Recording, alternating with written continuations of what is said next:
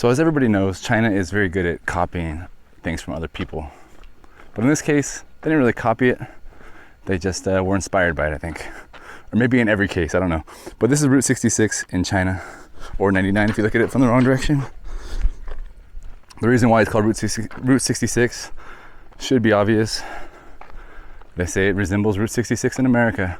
So now it's a very popular place for people to come and take pictures and take a nice little mountain drive. And it's very beautiful, as you can see.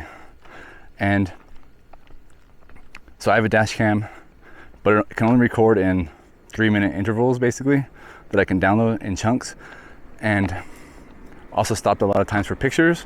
So I don't have like a full drive through this place, but the remainder of this video is just going to be some clips of driving through Route 66 in China and some aerial footage. So please enjoy.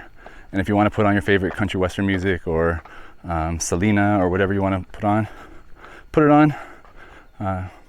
Delete the sound from this video, mute it, and just enjoy the drive and enjoy the flight. So, as always, take care and see you next time.